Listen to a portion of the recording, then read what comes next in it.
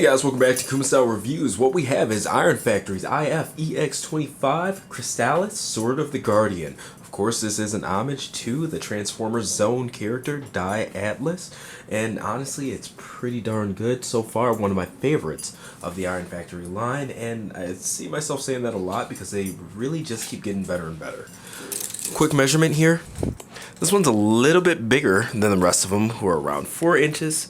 This is actually 4 3/4 inches tall. Taking a look at some of the accessories here.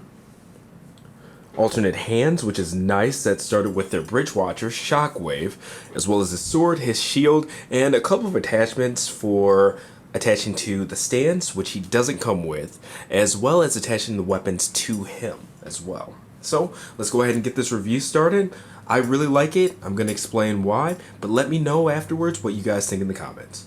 And just wanted to give you guys a quick comparison. Normally I don't do them and say just take the measurements and do your own, but I had the Iron Factory figures out. So here's their city commander. I think this is Asaka, Lord Scorpion, and honestly, I don't know if it's 6'9" or what, but of course their homage to Six Shot, which is sad that I don't know the name because this is literally the best looking third-party Six Shot to date, in my opinion. But again, just giving you guys a couple of comparisons here to some of their more popular pieces so you can see where it fits in. And in terms of just toy and cartoon and things like that, it's to scale. He's a pretty large guy.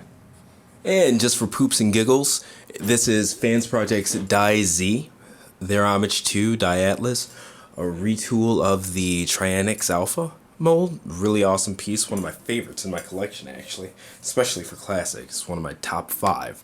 But yeah, you can see they're both blatant homages to the character, but different. I think the Iron Factory version's a lot more straightforward, where, you know, you could tell that this is made around their Solaron Breastmasters and things like that, but both are really darn cool. And I just love seeing these colors together and things like that too. Alright, so just giving you guys a quick roundabout here.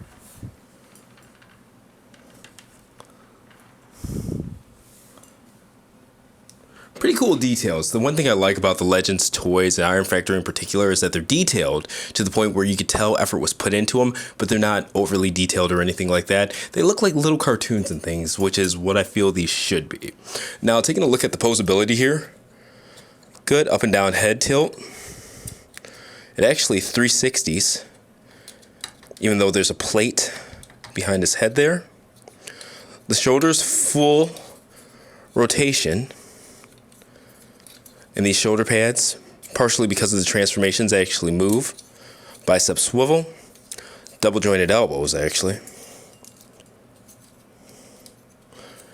Now, not only is there wrist swivel, but there's play in the wrist too, which is cool because he can dual weld his sword and whatnot. It's really cool stuff. 360 waist. Thigh swivel. Good outward thigh movement. The back here, this back piece does move. Still not a full 90 degrees, but pretty good.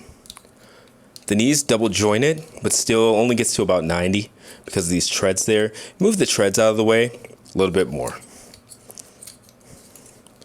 All right, we went over the thigh swivel. So also decent ankle tilt, and there is movement in both the front foot and the heel. And I like that the knee pad moves a little bit too, depending on how you've got the knee bend and stuff like that, just to make that shown. So, all right, we'll take a look at the weapons here. First off is the sword. Now, one thing I don't like about the sword is that if you zoom in here, you might be able to see it, you might not. Mine, the black paint is actually chipped off. This is all silver, and black is painted over parts of the hilt here. Handle, it's rubbed off, and there's nothing really that I could do to avoid it. You either put it in his hand or you don't. Not like I forced it in or anything like that, but this is pretty thick.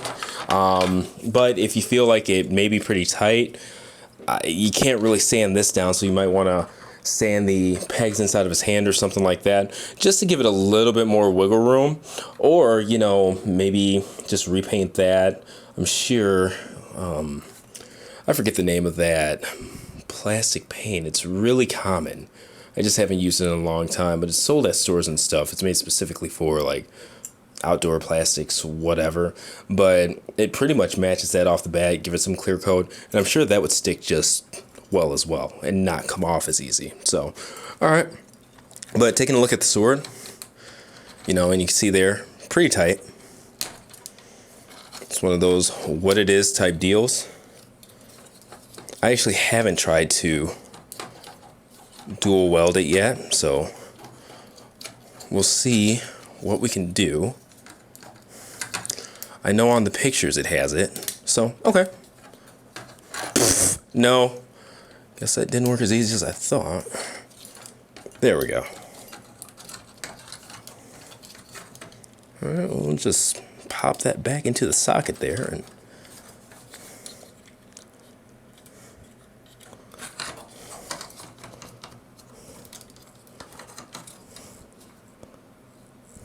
make sure he's balanced. I'm actually going to get it from a upward view, get some tilt, and boom, we've got a little bit of Ubari going on. Okay, so now taking this bottom half off,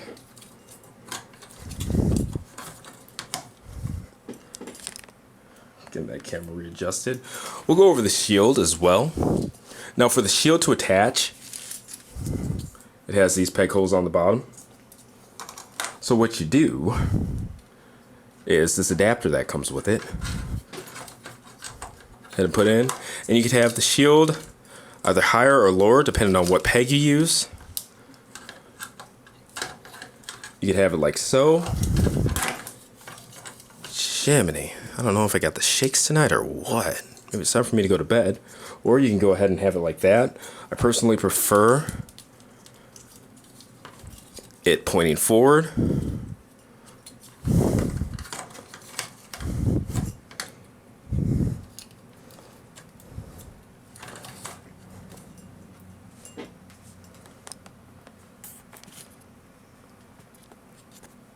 Alright, so there's that.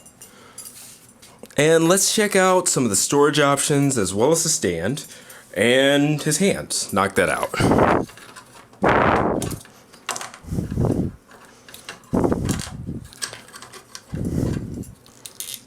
Alright, now the sword, you have two options. You have two peg holes right there, right there. So if you want the sword either right there, you can rotate it however you want, or on his rear, right there. Not really the best look to me. I personally like this. Put that in, and there's another adapter for the flight stands right here. And then what you can do, take the sword and actually put it where on the shield? Right there on the shield. And then from there, boom, double weapon storage. Looks fine from the front. Sticks out a bit from the back. But it works. Now, to swap out his hands, all you do, pull it out, peg it in.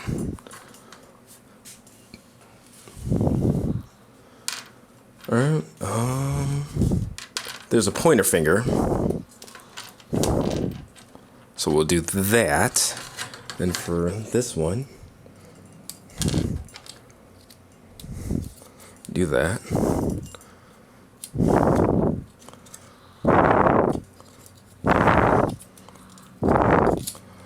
Get him into sort of a jumping pose there. Kind of figure out what we want to do, and when I'm thinking about poses to take pictures of it, stuff like that, I just play around on my desk, get different angles and this and that. So from there, let's plug in the default stand adapter.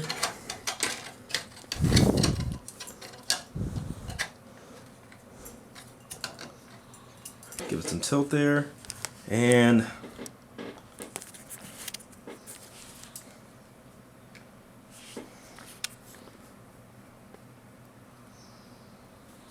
there we go.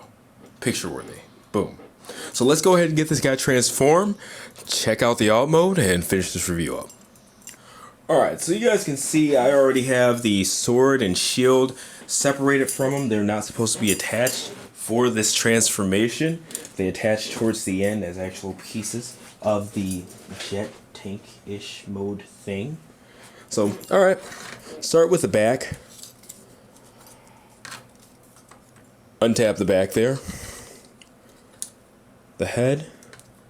Just going ahead. And this piece is tabbed by default into the abdomen there, but it just comes up pretty easy. It tabs in well, but when you lift this part up, it really doesn't need to be pre-untapped or anything like that. So, no worries there. Now, taking these shoulder pads, angling them down. They peg in right here. That part on the shoulder there. So I need to angle it so I can see it. Sorry if that obstructs your view, but that's all we're doing. Alright. Now these pieces right there on the wrist untab so that the fist can go downwards, and then they retab in like so.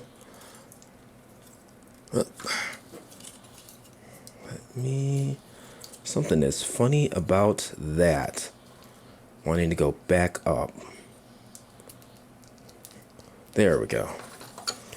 So one thing I noticed right there, the plastic is a little bit thinned. It's bendy. It didn't feel like it was going to break, but make sure that you're bending it at this actual joint and not the plastic itself, because the plastic itself kind of wants to bend up.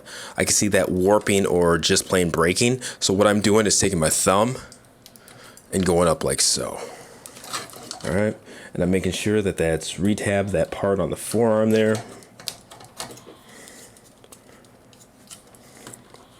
Just so that we're good to go when the time comes to mess with those again. So with the legs, you want to turn them around at the waist. Well, I guess turn the waist around, which will turn the legs around as well. Take these hip skirts up. Now, what you want to do, you want the hips to go out to the side, but see these hollow parts here? You want them at the bottom. That'll actually let you bring them further up, and then from there, brace it however you've got to brace it, and these have to come out. So that's what you want. You want the leg to the side, but you want that hollow point right there down at the taint area. So it's kind of hard, just fiddle with it, get the right angle, but it kind of naturally does itself, especially after you've transformed it once or twice. Alright, so from there, bend these legs downward like so. You also want to take these tank treads, move them out.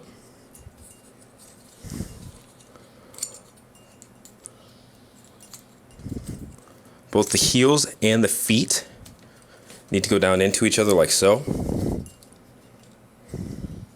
1, 2. Alright, so this is what you should have here. From there, should get this right. So from there, you're going to take this backpack, loosen it up. There's a tab under here that actually flips out. I don't have the nails I can get under there, but I'm taking this handy dandy piece of a fingernail clipper to help me out, and then I'm kind of finagling it out.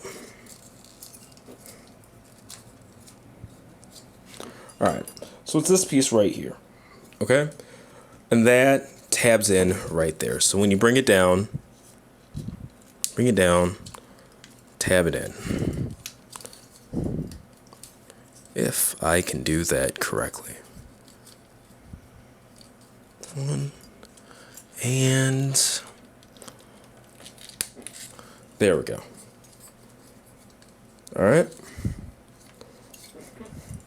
From there, take the wings and just bring them down like so. These end pieces, bring them down. Now there are tabs on the bottom of the wings that you're going to tab into this, I guess, calf area right there. So that's one.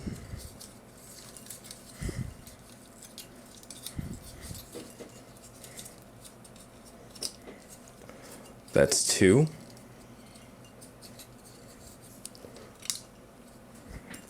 All right. So you can see what you got going on there. From there, you tab the shield onto the bottom. So you can see two tabs. It's hard to see because it's black with two tabs, but two tabs right there. This is where these two tabs are going to go in. And there's a little tab right there that's going to go right here on the shield as well. It all kind of lines itself up, especially when you're looking at it. And this even has a tab that goes towards the top of that. So it's all pretty natural. All right, now there are two tabs on the side of the shield that the forearms peg into. There's one. There's two. And the sword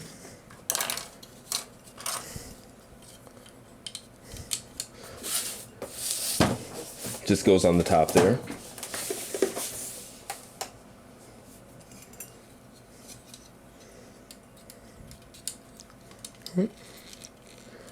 And then just take the feet and give them those guys. All right. Now, so that it can go onto the stand, you need to take this adapter piece. Should be angled like such. Put it at the bottom.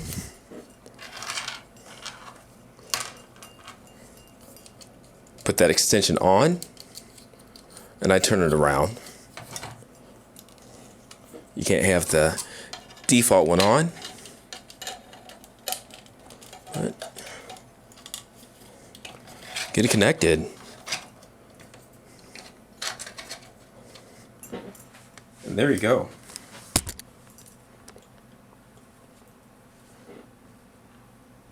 And alright, here's the alt mode for Crystallis. Now, Diatlas, I've never really known what this is supposed to be. It's got treads like a Land Cruiser, but it's obviously a jet as well. I don't know if there's an official name for it, but yeah, cool flying thing with tank treads. I dig it. It's so damn wobbly, and I don't understand why. But alright, whenever it stops having the shakes. Give you guys a close up there too. And I'll admit, this is one of those Cybertronian modes to where I kind of understand people's gripes with them, to where they say, kind of looks like the figure's balled up into something that's shaped like something and this and that, but you know what, at least the colors are cool, I guess. And we will actually, it's attached to the stand using this. And actually, you guys can keep that attached to it, so you don't have to worry about that. It doesn't affect any of the treads in the ground or anything like that. So there's that. View of the underside, and just a quick comparison.